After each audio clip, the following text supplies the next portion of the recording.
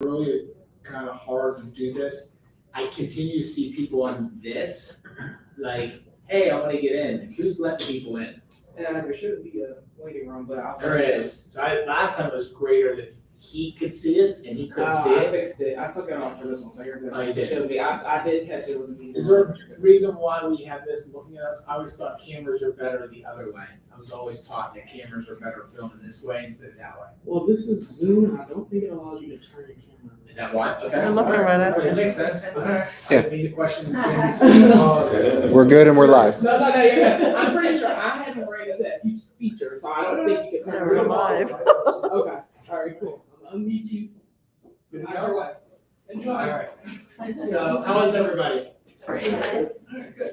So, so we're getting started today. So Joan, how long have you been selling real estate? So I've been selling real estate for almost 20 years. Okay, 20 years. And how did we connect? How did we connect? I decided to move to Philadelphia after 17 years of a successful business in northeastern Pennsylvania, In a major city of what? Wilkes-Barre. Wilkes-Barre. All right. And I think you reached out to Mike, right? I did, yeah. I was spending a little time doing some tours. I did walking tours of the different neighborhoods, and everywhere I walked, I saw Mike's sign. I had originally spoken with another Keller Williams office and didn't get a warm reception at all, even after telling them, what my experience was. So I said, well, let me give this a try, and I one night just sent him an email. And honestly, within 15 minutes, he was It's a little quick like that. yeah, and Figured it, it out. made me feel welcome, invited me in, said, you have a great past, you have experience, you're gonna do fine, put me at ease, and that's how I joined. And I think you were still nervous, weren't you? Yeah, I mean, I still am. I left a successful business behind in my late 50s, and it's terrifying. So let's start off from the beginning. Where'd you grow up? I grew up in northern Jersey, Okay, where at? well, all over northern Jersey, but Mendham, Denville, and then out to the country. Okay. Sussex County. Never heard of those areas. What beach would you go to? Well, we always went to Ocean City. Okay. We always went to Ocean City. So Ocean City, New my Jersey. entire, yeah, Okay. yeah, I have two siblings that live there. So like north, how far are you from New York? Oh, probably like 30 minutes. Okay. When we were in, so Morris County. Morris County, okay. Yeah, All right, very yeah. So I had a very normal childhood, growing up with 11 siblings. good. 11? Yeah, yeah. Wow. So we went up to Doylestown this weekend and saw my father-in-law's house that he lived in Doylestown on Main Street. Yeah. A real small backyard, and my daughter's with us, and she goes, how did you grow up with 11 people in this house? He goes, it was fantastic. And she's like, the next question is, where did you sleep? He goes, you shared rooms, right? Yeah, Like, yeah, how was your setup? So at one time I had two sisters with me in the room, and then one, and then she left to get married, and because I was towards the end, I had the benefit of having my own room. Were you the youngest? I was the youngest girl, two younger brothers, so seven boys, 5 girls. Wow. And that was all going really well, and then my dad got transferred to Tennessee when I was a freshman in high school. And that changed my life because I was a northerner and I was Catholic, and it was a long time ago, and those things were not popular at all with Tennessee? yeah, Where at? Chattanooga, outside of Chattanooga. So Chattanooga, that's not Knoxville, University of Tennessee? No, it's about, I think an hour and a half from Knoxville. Okay. It's really, it's pretty rural area. We were outside of Chattanooga in Cleveland.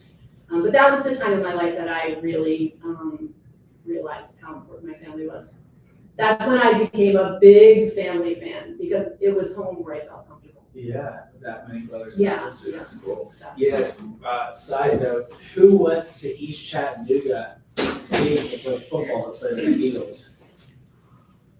Chattanooga State? Yeah. Oof, I know that one. Oh.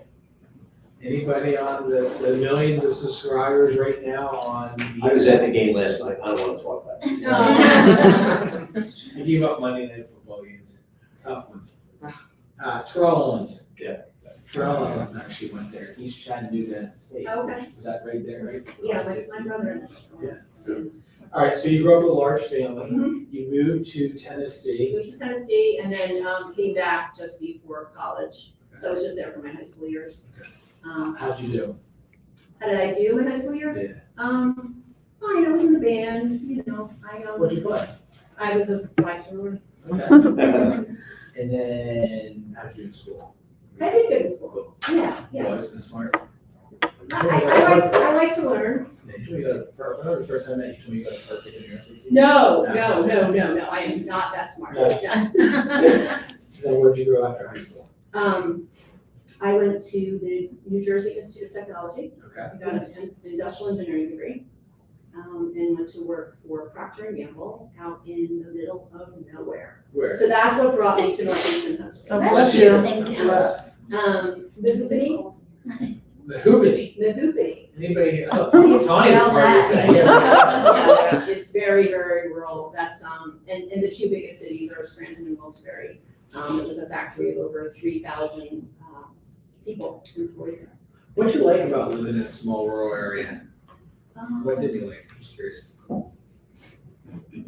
I really never planned on staying there for as long as I did. I was there for 35 years, but, I love hiking. I love outdoor activities. I like skiing. There was a mountain there. Which one? It's called Montana. My friend had that.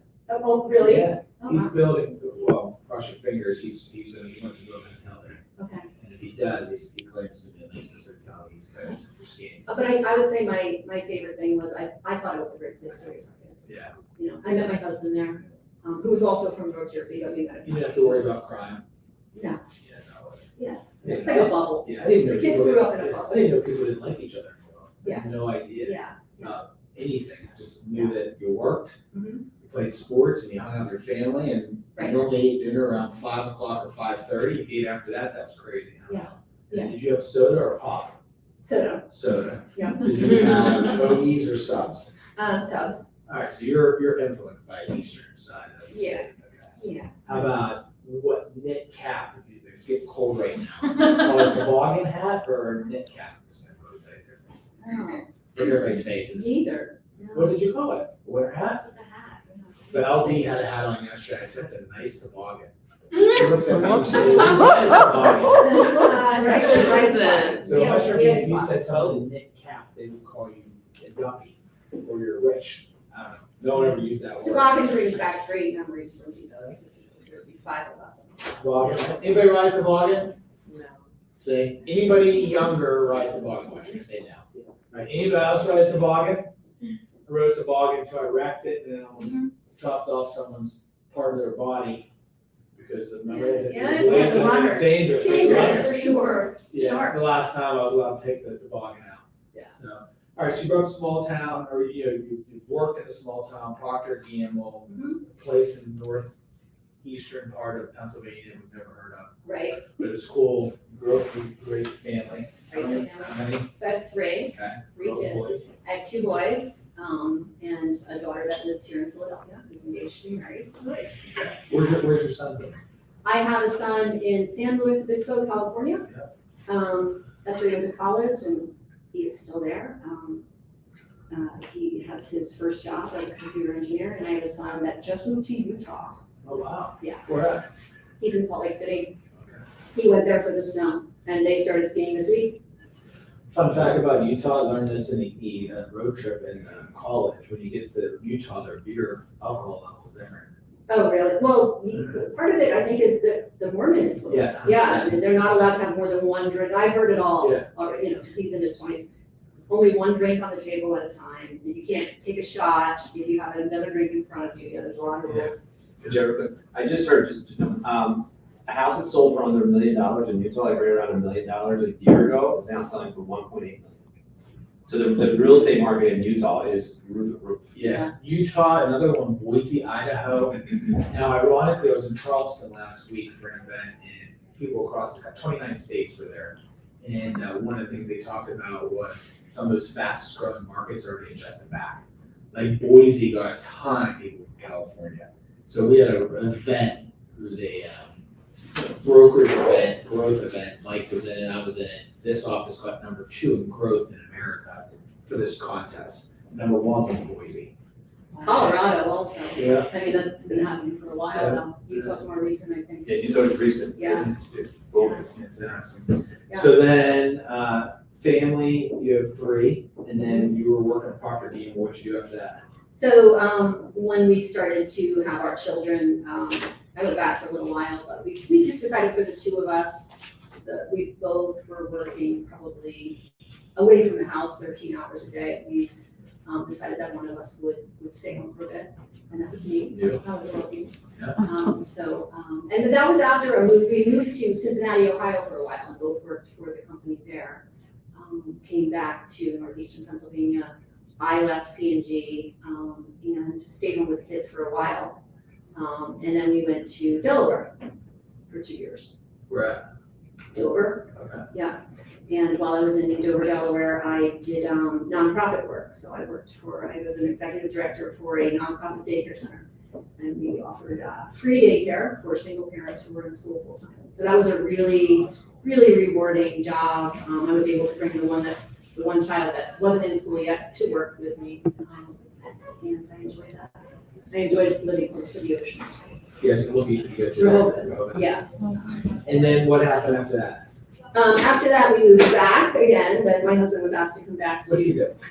So he's a chemical engineer and right now he's a plant manager. Okay. Yeah. Did he work at U-Haul, went to Delaware, or where did he work? No, it was PG. Oh, PG. Yeah, there was a wipes plant there. Okay. Wipes. So we went back to northeastern Pennsylvania, and that's when I decided, about a year later, I got everything set up. About a year later, I decided to move to real estate. So, and my reasoning was, I had moved to this family of 5 several times by that point, and I felt like I had a really good idea of what a family needed moving into a new area. That's cool. Now, who did you work for originally? So I worked for the same company the entire time I was there, independent real estate company called Lewis and Freeman. I remember that one, Matt. Yeah. And then you came down here, I know the answers. Yeah, What year did you come down here? So I came down here, we bought the house in 2019, but I was still working up there. And trying to learn the terrain down here, trying to get up the courage to make the change. So real quick, if anybody complains about your commute ever, Yeah. think of this commute. Because when we met, Not only was it a long commute, the length didn't really bother me. The cost of commuting on 476 was like $20 each way. because how long would it $40. take you? I could make it in under 2 hours. I'm pretty fast. 2 hours one way, right? And worked all day, and then 2 hours home. Yeah. So then how long did you do that for? Probably about a year. Yeah. It was a confusing time because at that point my husband had gotten a transfer to North Carolina, and I was supposed to be going to North Carolina. That was the plan. We were going to go to North Carolina, and and I was going to be the plant manager's wife. That's what I was going to do. And just decided that was not for me.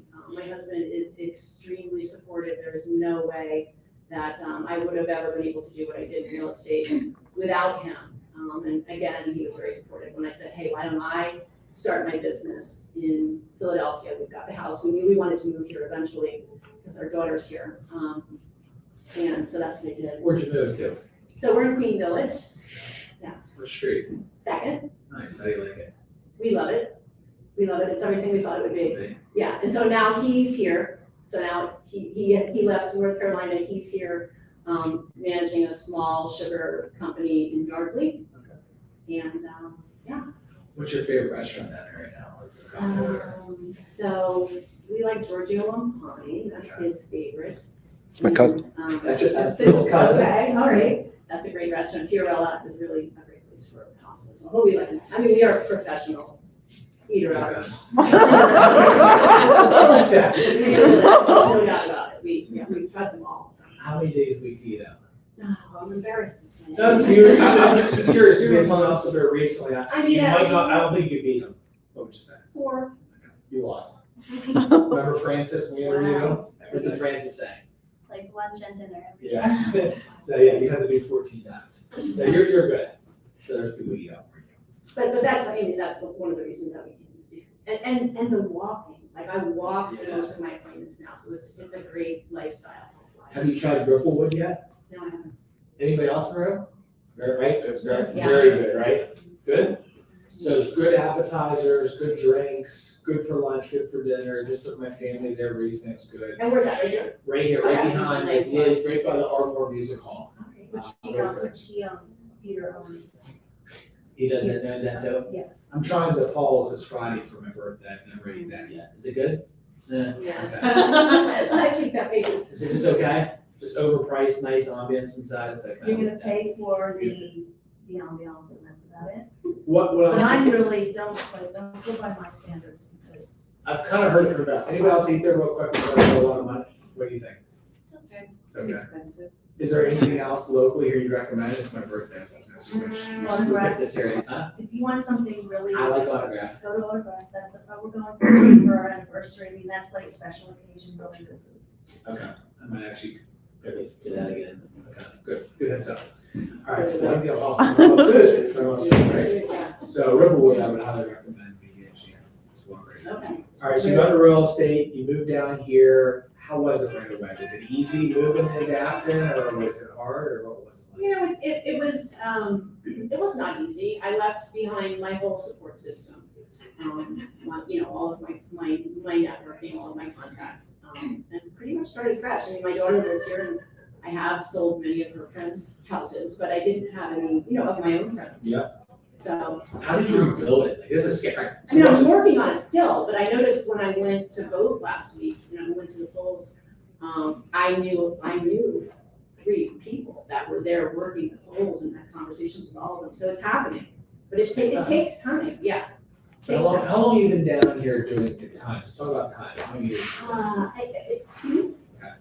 2? So anybody watching this today, 2 years, she's Almost 2. very experienced over the years. So if you're a newbie sitting in the room today, you're watching this, it takes time. It takes time. I mean, when I first started in real estate, I would say that, totally different market, much lower prices. It took me 5 years. Yeah. It really took me 5 years to get to where I wanted to be. And then, from there, it snowballed. For me, like any business I've ever done, like 5 years get super comfortable. First year I'm stressed out. Yeah. 2 years start to kind of get a rhythm. Third, it's kind of cool that people start, understanding what you're doing. Yeah. Have you talked to Nancy at all? Nancy. Haas.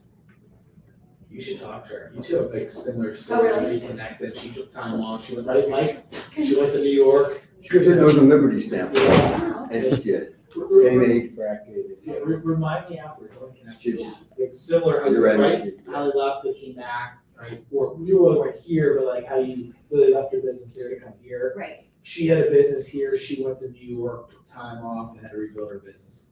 Okay. Michael just got his license and left his corporate job and just got it too. Okay. So that'd be cool. I'll introduce you. Yeah. She's not I know gonna- the name. I'm just Yeah, yep, that'd be good. All right, so now you're selling real estate here. What are you doing well? What do you think you're doing well right now? Well, I'm trying to deliver the same kind of service that I did before. So I am, going out of my way to make sure that my clients are happy, satisfied, following up, and, I think that I'm building a reputation. That's what I'm doing. I'm working on building a reputation. What could you be doing better? I could do better. I could probably be out asking for business more in my neighborhood than I do when I'm out talking with people. I don't generally do that. So I've had this conversation, let's say Tuesday, probably 3 times in the last 2 days. Someone's in here, 2 people are here today, I've had this conversation, if we know what to say, this is common.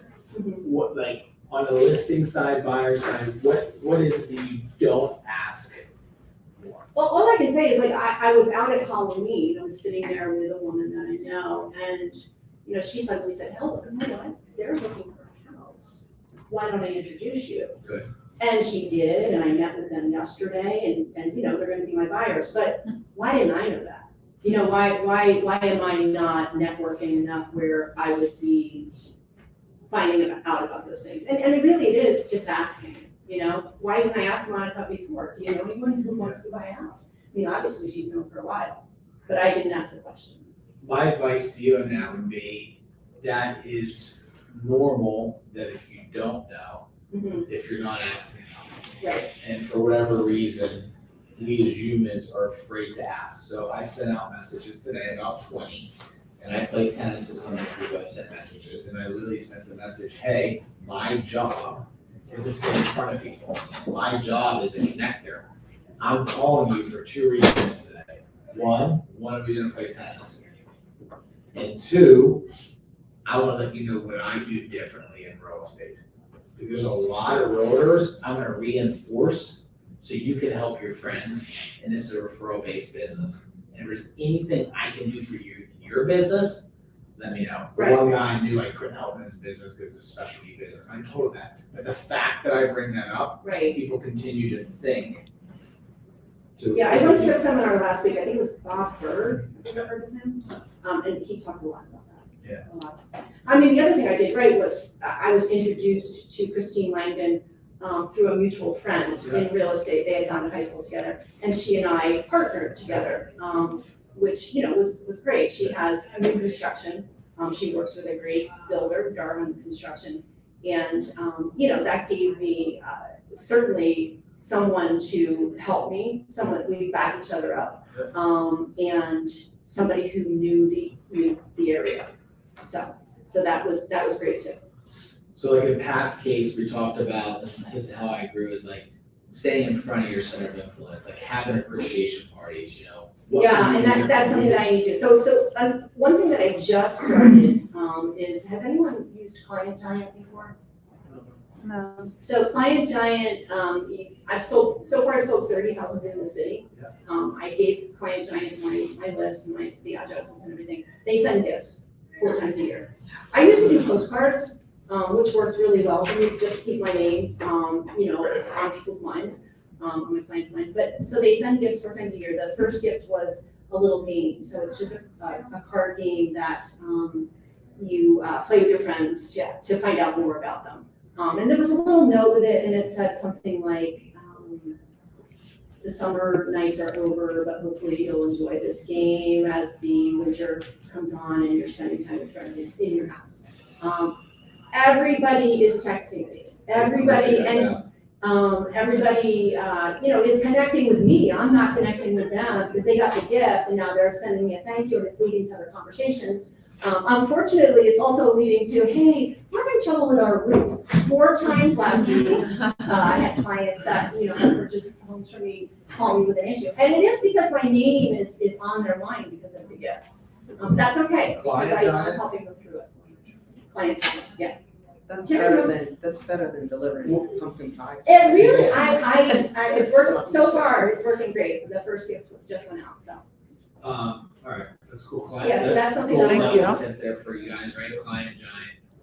Bill, I'll forget this with the interview. He just shoot to me afterwards. I know you very well. I'm already one step ahead. That's the hard part of the interview, and then trying to, you guys give me both, that's the interesting thing about mastermind and sharing, right? You could be doing 19 years, 15 years, 30 years. I'm supposed to be interviewing her. I'm learning from you. You've got to be constantly learning from each other. Right, absolutely, That's cool. yeah. Client Giant, are you doing appreciation events? I haven't, but I need to. What's stopping you? I don't even know, because I have a lender who has already said, I'll sponsor you, I'll do it, so. So I'm gonna have some more breakout classes on this, but appreciation events, all right, think about this. In the world right now, how brutal was it watching TV in the month of November? If you didn't think that was brutal, oh my God. I don't care what political race anybody or political party anybody is, It's all the negative. way they treat each other is just disgusting, right? And Yeah. the way that just, I asked a person one time in life, I said, would you ever run for a political position? And it is a very powerful, very nice person, good reputation. I thought they would say maybe yes. And their direct answer was this. There's 3 reasons why I would never run. And he goes, it's very hard to find people who really want to run. And I said, what's that? He goes, number 1, it doesn't pay enough. That's fair.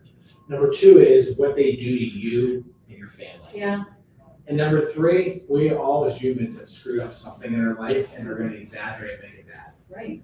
So here's how I look at appreciation events. If you don't reach out to your people, if you don't spread the love, you don't positivity, the only thing else they can really watch is, think about the options. 1, let's watch TV and watch everybody talk about the world coming in. 3rd, let's watch about Philadelphia and everybody's brutal and everything bad is happening and it's collapsing. Right. What's the other positive thing they can watch? They can watch whatever, sports, which is cool. You guys, if you noticed during the Phillies, that last game, they said the shootings were down big time in Oh, Philly. yes. It was You noticed huge. that? Right, right, huge, right? I actually never had so many people open the doors and tell me, really, whatever I wanted to, less horn honking and everything because of the mindset, right? Yeah. So here's my mindset on that. That's their one option. Or the news, the world's crumbling because of real estate rates and everything else. Or they could have Joan and Jeremy give them a call and just check in and see how they've been. And one of the things people have been testing me recently is sending messages to people on their birthday. And it's not easy, but I get a list every day. If it's your guys' your birthday, they send me a list. Nice. And I send you a video of me singing happy birthday. Oh, that's right, Christine just got it. Yeah, Christine's Yeah, got it. she told me, Yeah. and she right. yeah. And I was late because I was, I apologize, I was late because I was in Charleston, right? So anyways, those little things, humans just want that more than ever. Yeah. We just want positivity. We want outreach. So I would challenge you on this, your appreciation that you're an amazing person. There are other options. They can listen to all that negative crap we just talked about, or they can listen to you. Yeah, and it's definitely my plan to do, Good. after the holidays. So the best month to do it, anybody know? Why? February. Mhm. Why did that? Because Jeremy always says, because there's really not much going on in February. So like, obviously Valentine's Day, but outside of that, there's really not too Well, the much. greatest holiday in America. Valentine's Day. No. Groundhog Day. Groundhog Day.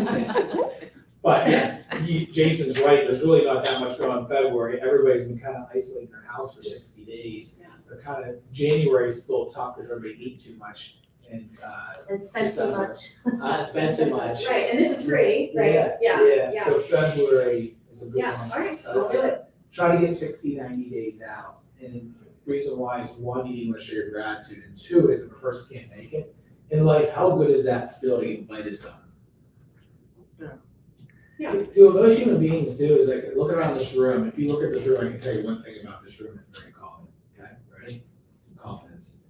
Most humans take some people as overconfident, or normal. Mhm. I find that most humans I talk to, super rich, non-rich, they lack confidence. And they lack confidence in literally bothering someone. Yeah, Or two, they think they're gonna mess up something they're gonna say. It's never a, hey, look at me, I make this, I do that. Like very seldom do I find that. So just keep that in mind when you're doing that events and you're doing those things you're planning for 2022 or 2023, it's 2023, right? yeah, Is, try to overcome any confidence or any challenges or anything you come up with in your mind and talk to people like me in the group to get an appreciation back. And when you get that invite, you can go, it's just a good feeling. Yeah. Humans are lonely right now. You guys realize how lonely they yeah, are? I just got an invite to an alumni event at, is it called the Union League, that beautiful building Yeah. abroad? Yeah. Yeah, I was so excited to be invited. Country clubs and clubs like that, rates have skyrocketed because through Corona, people got isolated and they want to be a part of that more than ever. If you look at like memberships, right? Like in my neighborhood, the country club's just okay, I live in, but like the membership is up to like 2.5 times the Oh, cost. wow. So that, Yeah. but people are going to it, so from a business perspective, Union League, they just keep on expanding. There's what, Ace Country Club in Lafayette Hill, and they have a country club down the shore, like business wise and stuff like that. If you think you take advantage of it, that is one of the ones I have seen people do well. I personally did do well in country clubs. I do better with tennis players. Well, this is just this is an alumni event, so it's my college having Oh, gotcha. an event there, which will be great for networking. What was your college? New Jersey Institute of Technology, yeah, Yeah. and JIT. So there's a portrait of George Washington at the Union League, Is it? and when it was commissioned by the White House, and when they got the bill, they thought it was too expensive, it was either like $800 or $1,200. So they rejected it with the artist. And the Union League ended up with it, and one of the Union League members offered a multi-million-dollar home in exchange for the painting, and they turned it down. So notice it when you're there. Oh, wow. Yeah. That's interesting. So what else are you doing right now to get business in real estate? Like, So I am doing Zillow, sorry, but I'm coming to an area where I don't have any contacts, I had to do something quickly. I don't intend to do it long-term, but it is working really, really well for me. How about And I'm open houses? only doing it in my neighborhood. Okay. So I tried different neighborhoods, I tried actually to do it on the main line, but when you get a lead through Zillow, they wanna see the house right away.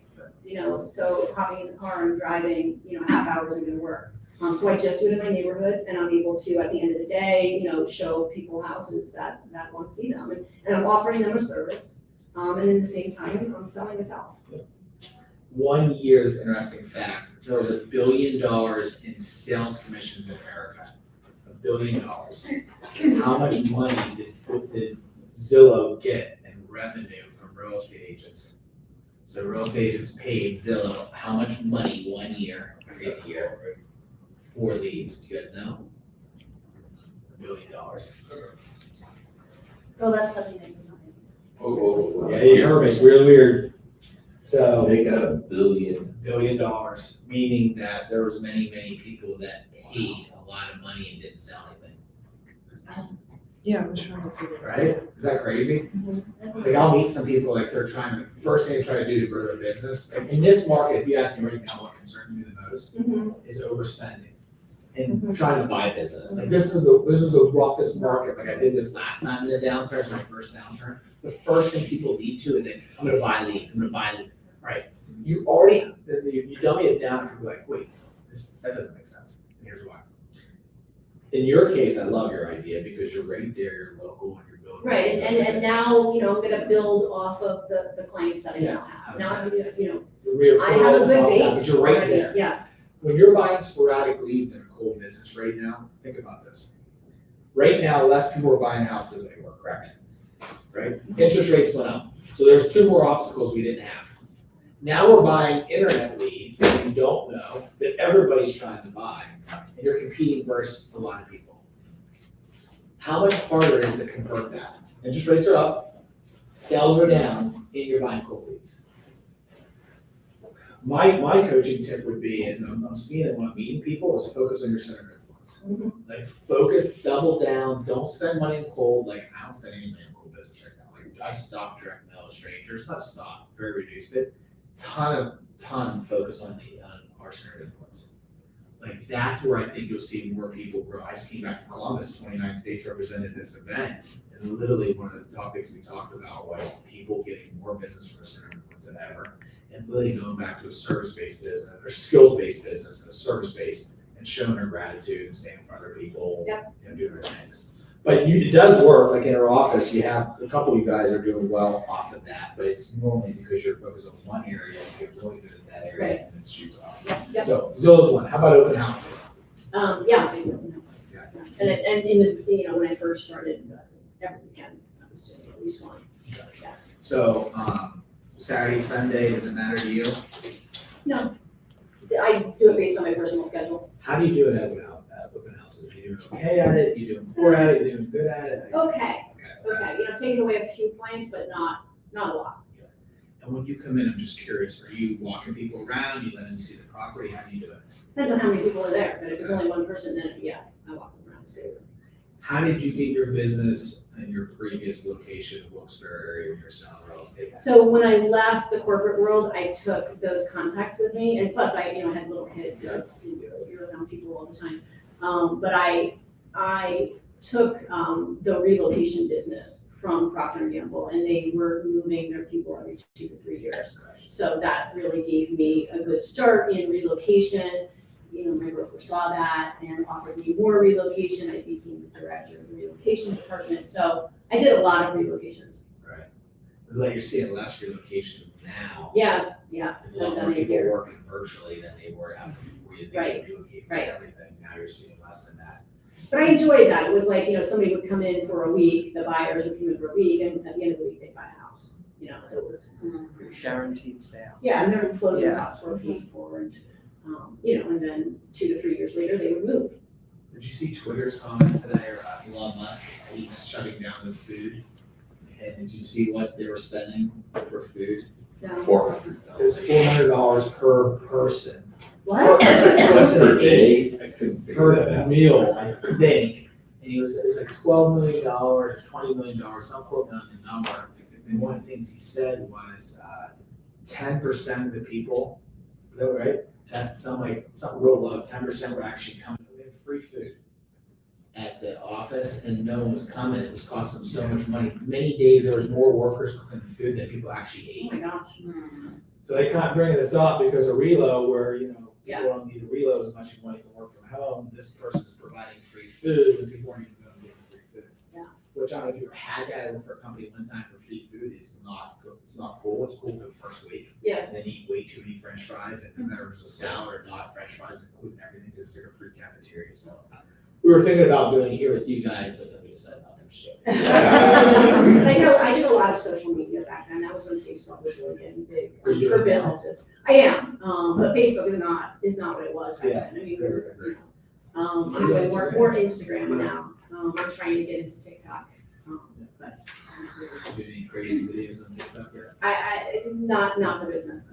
Well, so I have done some open houses, so. So TikTok and when I interview people, TikTok and Instagram seem to be Yeah. number two. Right. Facebook is more regular. But I'll tell you, the biggest change though in my business marketing wise was when I did a billboard. Where'd you go? 2015, up in British PA, right in the middle of town.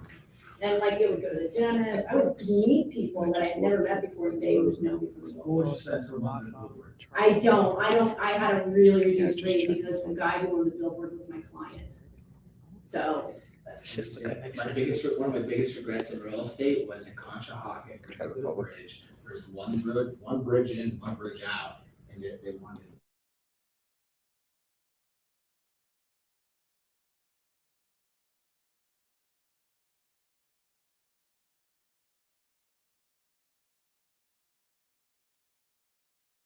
You wouldn't do the deal with us, should have done it, and it's up there now. I asked recently, what is the price, and I forget, it's like 20 grand a month or whatever it is now. Alan does a billboard.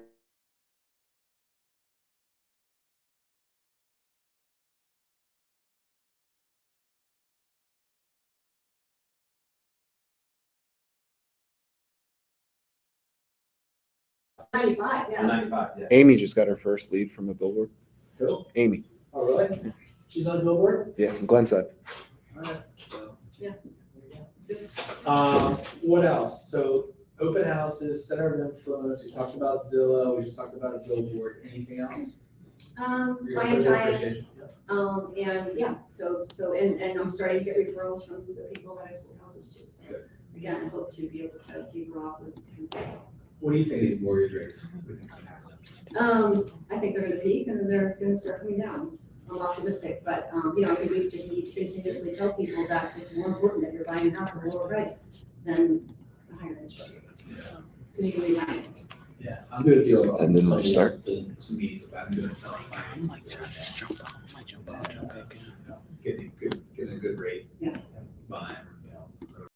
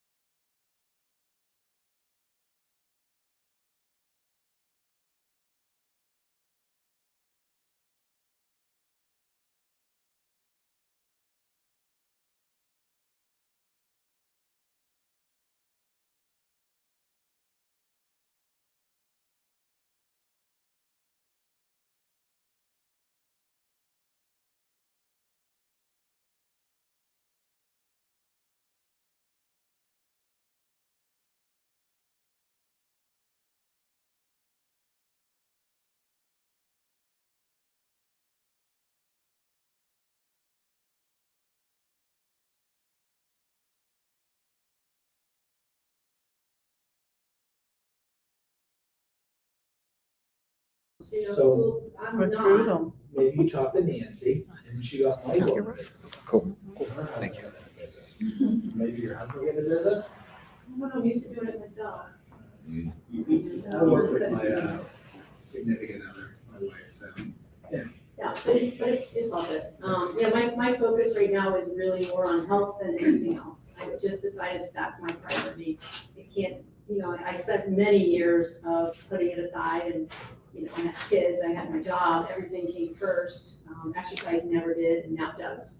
that's number one on the list. I've got to stay healthy as I age. So from that event last week, that was the number one thing that came up. Okay. There was more questions regarding health than real estate sales. And if you ask me, like in my conversations with a lot of you guys on media, it's more about health, building wealth. Selling real estate is the conversation in there, but that's not the number one like it was. Ironically, the first person at the event for the first hour and a half was all about different things you can do for your health. It wasn't, because real estate, and someone walked around and was like, no, are we at the right event? You know, and I didn't tease a person, I was like, I get it, like there was no real estate talk. I don't think there was a real estate conversation, honestly, until lunchtime. It was on health, and then the second part was on the mental side. I was gonna say, is that physical health or mental Yeah, health? Yeah. both, a little bit of both. Because that's the biggest thing, is just to keep a positive outlook. Yeah. As we go through this, because it's not easy. Yeah. It's not easy. You know? Yeah. I mean, even like I even doing something like this, which used to be really, really comfortable for me before 2020, it wasn't anymore. You know, when you ask me, I'm like, oh, Yeah. I can't do that. Yeah. You know, and then I thought, well, why can't you do that? Like, I used to do public speaking for the daycare center, and it's raise funds. I just did my famous move with you, and you said you couldn't do it, I just ignore. Yeah. I'm just- You'll be fine. But every person that's done it, I would say 70% has been nervous. And then afterwards, I think I haven't had anybody say, I regret it. You know, and Yeah. all you guys were just picked based upon growth. I didn't like pick specialty. Right. I looked at your business and said, who grew by this in order, and just went through and picked for the rest of the year, whoever, you whoever was the highest ranked in that group, that's what we did. What questions do you guys have? So I'm a Philadelphian through and through my whole life. Okay. And I'm curious to know, because I'm so in the forest, I can't see the trees. As somebody who's relocated many, many times, and now you've landed in Philadelphia. Yeah. What would you say to people coming to Philly about Philadelphians? You know, We live in the area, are we hospitable, are we standoff? It's hard to break into a new community, so. It is, but I feel like, you know, I'm in the city, right? I'm in the city of Philadelphia, and I feel like the neighborhoods, everybody loves their neighborhood. Everywhere you go, people want to talk about their neighborhood, how great their neighborhood is, and how big their neighbors are. I live on a block with 12 kids under the age of 7. So the parents are always outside watching the kids. I find it to be pretty warm. Okay. You know, welcoming, Okay. yeah. You know, of course, there's the crime aspect, which you're gonna have in any city, and is it a little worse now? I don't really know, you know, I don't know.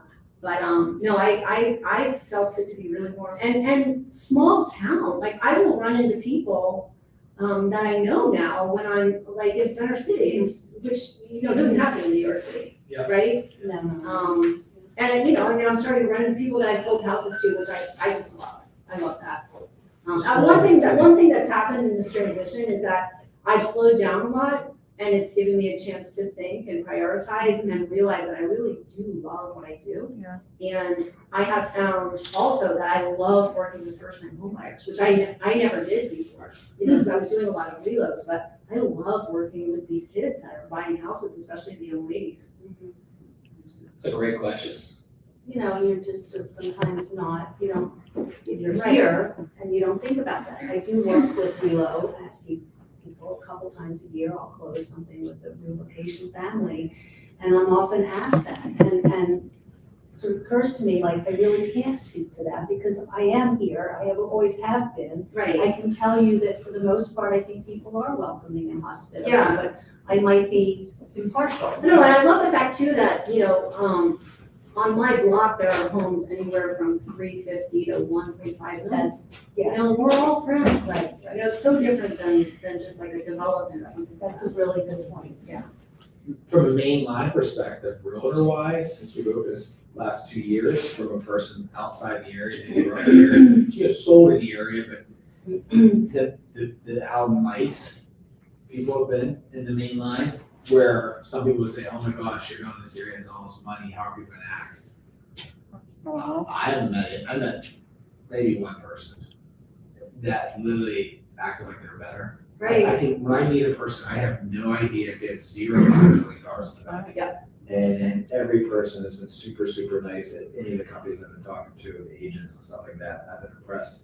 And then number two is, we're talking about like that small town feel. Yeah. Like just the openness, the willing to like, I only know Ripplewood because someone else told me about Ripplewood. Like, and then I tell you about Ripplewood, like the amount of people that just good, well, that helps. It's cool you say that. Yeah. I was gonna ask, what do you think was a major shift for you to building your clientele here? The major shift. Yeah. I mean, it's a very different clientele than what I had before, so I think the major change for me is working with the younger generation, the millennials, I guess, and selling to first-time home buyers who really appreciate the experience that I bring. You know, really, really lean on me, really rely on me. And I think I like that maybe, I'm just thinking out loud, because my kids are no longer, you know, under my roof. And these are all my kids' ages, so a lot of my clients are. You had mentioned that you do social media. Mhm. Okay, have you, Instagram, mentioned not much Facebook. But, I still do Facebook, but I don't, it's not like it used to be. When it was new to businesses and, we were, any LinkedIn? I'm on LinkedIn, but I don't use it much. That's more of a resource. Yeah, so mostly Instagram now. I'm finding that all of my clients are on Instagram. A lot of these kids are not on Facebook anymore. So the question is, have you had any leads that you were able to convert from your exposure on Instagram? Not a lot of leads, but mostly staying in touch with current clients. Stay in front of them. Yeah. Who else? Providing them with useful information. Anyone else? What was your best takeaway from this group? What did you learn? That adaptability is fundamental to what we do. Good. Pivot. Change aspect, having to make an adjustment, having to not start all over again, but have to yeah. We're constantly reinventing yourself, you know? And if you want to complain about a commute, you went through 2 hours one way, right? That was And you had a corporate background as I did, so it was interesting. Yeah. Oh, what's that? corporate. Oh, corporate. How about you guys in the middle row? I would just say staying in front of your sphere, like with your friend, how you didn't know that they wanted to buy a house, just asking like, questions. And what's the worst that happens? They say no. Right. How about the bleacher seats? Oh, I was gonna say the worst that happens is they use a different realtor. Which that hurts more than being told no. Yeah. I actually agree with you. Can you bring that up? It does. It just does, because you feel less than. So you're 100% right. That is a gold nugget tip. It's a terrible thing. I use it as a touch point too, like, oh, well, hey, how can I improve what did you feel was not acceptable in my service, like, why did you go with somebody else? Do you get an answer? Do you from get us? It's not a real answer, but it gives you something to talk So I've about. actually asked, and Yeah. it was just crickets. Yeah. I never heard that. But I genuinely needed to know. Yeah. What did I do? Because I want to improve. If I Right. did something wrong, what was it that made the difference? They never tell, nobody is honest enough. It's interesting. Sometimes I found myself being wimpy and didn't go aggressive towards it when I found something out. And then there's other times I did, and one of the times I did, it worked out where I was playing tennis and I found out that someone was about to sell their house. But just give me a shot. Just give us one shot to meet with that XYZ person. We'll love it. This is one thing that we do differently. I think it's one thing I think we really do differently. Got the meeting, got the listing, sold the house, and probably got 2-3 referrals from it. Then there's other times I'm kind of like wimpy about it, and I don't get super aggressive. Right. And I find out maybe someone else, I'm like, why did I not jump on that quicker? And another one, I really lost a business in the neighborhood. And I really said, listen, just give us a shot to meet. I know you're meeting probably 3 to 5 people that all live in a neighborhood, but you owe it to yourself and you give everyone a shot. And we did. We didn't get it, but at least I got the shot. And someone said to me, hey, what'd you think? I respect that person so much. Like, do I wish I would have got the business? Yes. Do I think we could have done a great job? Yes. But the fact that I got an opportunity to sit at the table and talk to you, could never ask him. I thanked them. I sent a thank you gift. still thank them. I treat them just like they were a client, just the fact that you got a shot. Right. It's interesting you say that. What about this side? What was your takeaway? I missed the first half. Oh. I apologize. But- Do you want me to start over? Now that she's Hopefully I'll be able to comfortable. run it back. Now that you're not nervous anymore. I'm gonna run it back. I was gonna say, I think the reason that you're succeeding here is because you have the experience and you're working with first-time home buyers. You know, we're teachers in this business too, Right, yeah. And so that translates, even if you don't know the area, you know the product and you know the business, and you're able to, you know, offer something that, you know, maybe a lot of other realtors can't because you have the experience. So that's. And a commitment. I mean, the commitment, I keep on going back to this, to drive 2 hours one way and drive 2 hours back, it shows a commitment during the day. So, what about the back? What you said? Or in the middle? I was going to say a little bit similar to Pat, but also your experience, you raised your children and now you're selling to that. So you know them better than anyone. Right, And they're right. gonna have all this respect for you. And you can also be warm and friendly too, Yeah. because you know what they're about. Right, and you know what they need, you know what they're going through. And know, you know have- their own kids, yeah. Exactly. And experience is the best teacher. So.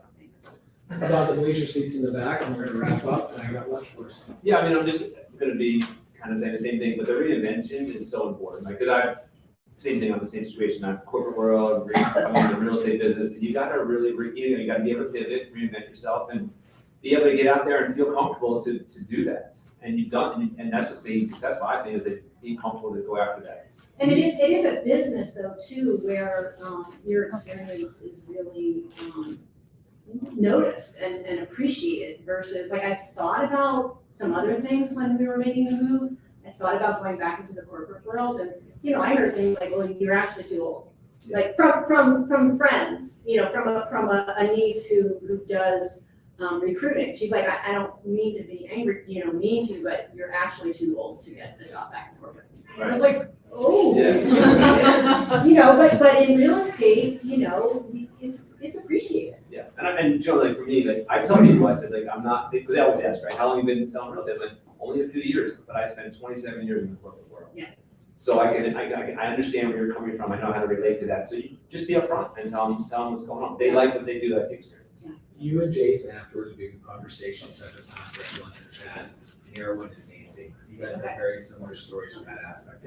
But it's a great career, it really is. We put the kids through college, we went on many vacations, and you can take it as far as you want, as long as you're willing to work hard. Yeah. You know, it really kind of, the sky is the limit, it really is. Really is. Give a round of applause. Safety, cut it. All right.